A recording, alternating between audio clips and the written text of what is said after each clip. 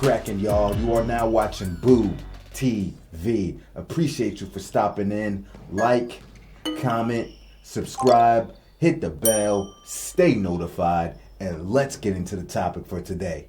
I want to take a quick second, because this was just on my mind, to talk about Stevie Francis and Baron Davis. These are two premier point guards that I had a chance to watch play basketball. Growing up watching it in the late 90s through the 2000s up until now.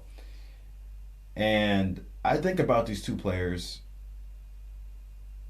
and I just can't help to think about how much more effective and how much more prominent and how much greater they would have been if they played in today's era of basketball, in today's NBA, given their skill set and what I watch them do on a night in, night out basis. Now, I'm not getting into their career statistics. I'm not going to tell you how many points per game they average in that era, this, that, and the third, digging up the stats. I'm telling you what I know to be truth and what I saw from watching the game of basketball.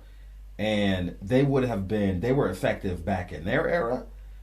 They would have definitely been even more effective given that the game would cater to their play style in today's era of the NBA. Before the Russell Westbrooks at the point guard position, before the Derrick Roses, the Ja Morants, the two small guys, and if I'm not mistaken, Stevie Francis and BD were smaller in stature compared to the guys I even mentioned at the point guard position, especially Stevie.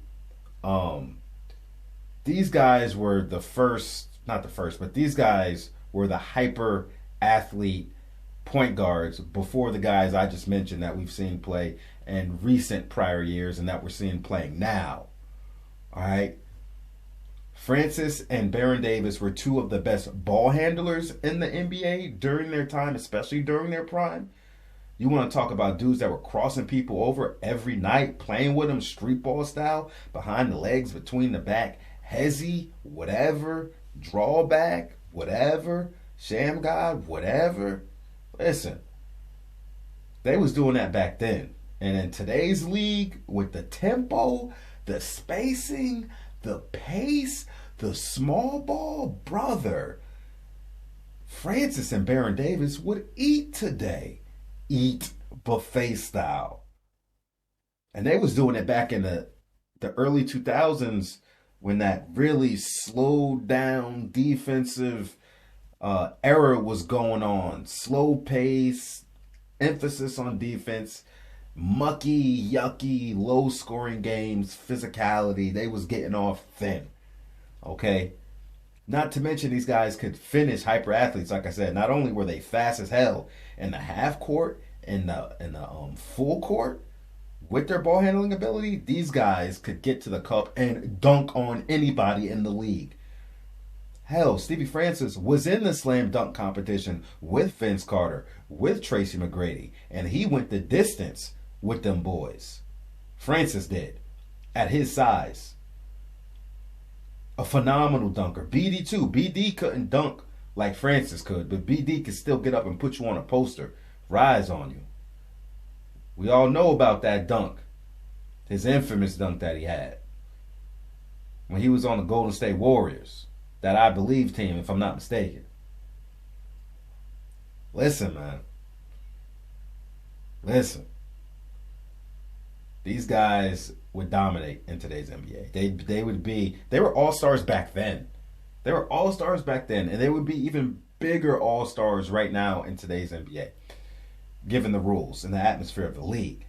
Not only that, these guys could shoot the basketball effectively in the mid-range, anywhere in the mid-range, off ball, but they were usually the primary ball handlers, so they didn't have a whole lot of off-ball offensive schemes, coming off screens, things like that on occasion, but generally they were creating for themselves most of the time. All right, but both of them could score in the mid-range and out to the three-point line.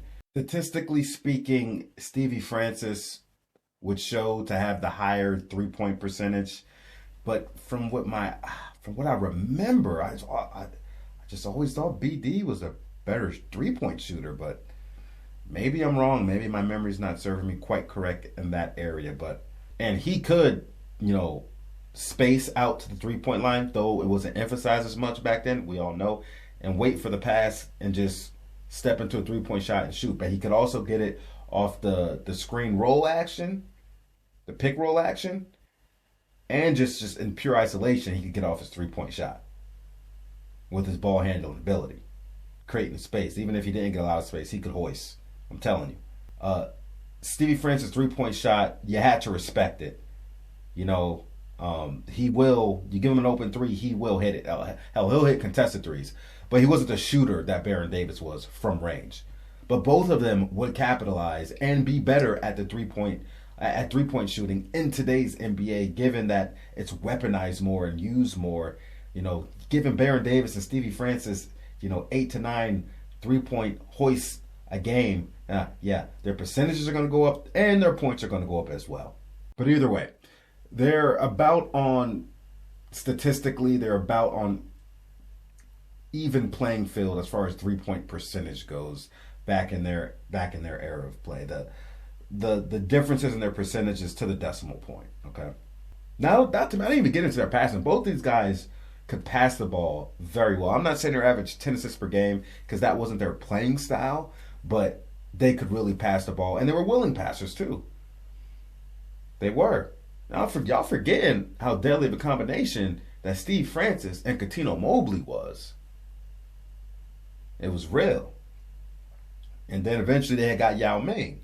But Steve Francis and Cuttino Mobley was dope. And then Baron Davis, you want to talk about Hornets Baron Davis. Who they had? BD, Jamal McGlure, I think Jamal Mashburn, if I'm not mistaken, all in the same squad. And I think PJ Brown was on that team. He had a nice connection with PJ Brown. I think PJ Brown was on that team. I used to run with that team in NBA Live, that Hornets squad. They couldn't stop me with BD. I'm telling you.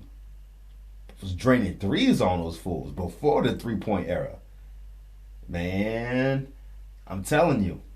I think Francis and BD are one of those players that are going to kind of get forgotten as time continues to move on, and people are going to forget how fantastic these two players were. You know, they don't have any championships to their name. That doesn't help with people remembering them. But if you've seen these guys play basketball, these are two guys, at least for my franchise, and I'm sure other fans of franchises that, listen, especially as a Lakers fan, and I knew how we had problems with small point guards, especially speedy, athletic small point guards that can get off in isolation and create plays. Listen, Stevie Francis and Baron Davis, they were matchup nightmares for my Lakers. Seriously. Derek Fisher, Rick Fox, Brian Shaw, they do their best, but I'm telling you, once they got to cooking them, Phil Jackson was eventually going to be like, Kobe, go guard me. And even sometimes they would cook Kobe up. And that's my favorite player, but I keep it 100. He wasn't locking them down every possession. They sure as hell will get the best of him sometimes. I promise you that. Francis and BD used to scare me, man. Especially Francis. Once he got hooked up with Yao Ming, that was a scary team for my Lakers. I'm telling you. That's all I got to say about it. Like I said, I'm not getting deep into the stats. I'm telling you what I remember, what I saw, and what I believe. In an alternate universe, had Stevie Francis and BD played in today's NBA, they would be right up there with one of those players that are mentioned every single day. Who's the best point guard in the league? They would be mentioning Stevie Francis and Baron Davis in that conversation. I promise you that. They would be in the conversation. Anyway, let me know. Not to mention, these guys were strong and physical, too. So even when you got these small ball lineups, they would be bullying a lot of these point guards today. Promise you that. Now I'm done. Like, comment, subscribe, and let me know what you think about it. Do you agree with me? Or do you disagree? Please state your reasons. I would love to hear your opinion. Like, comment, subscribe, hit that damn bell, stay notified, and I will catch you on the next one. We out, baby.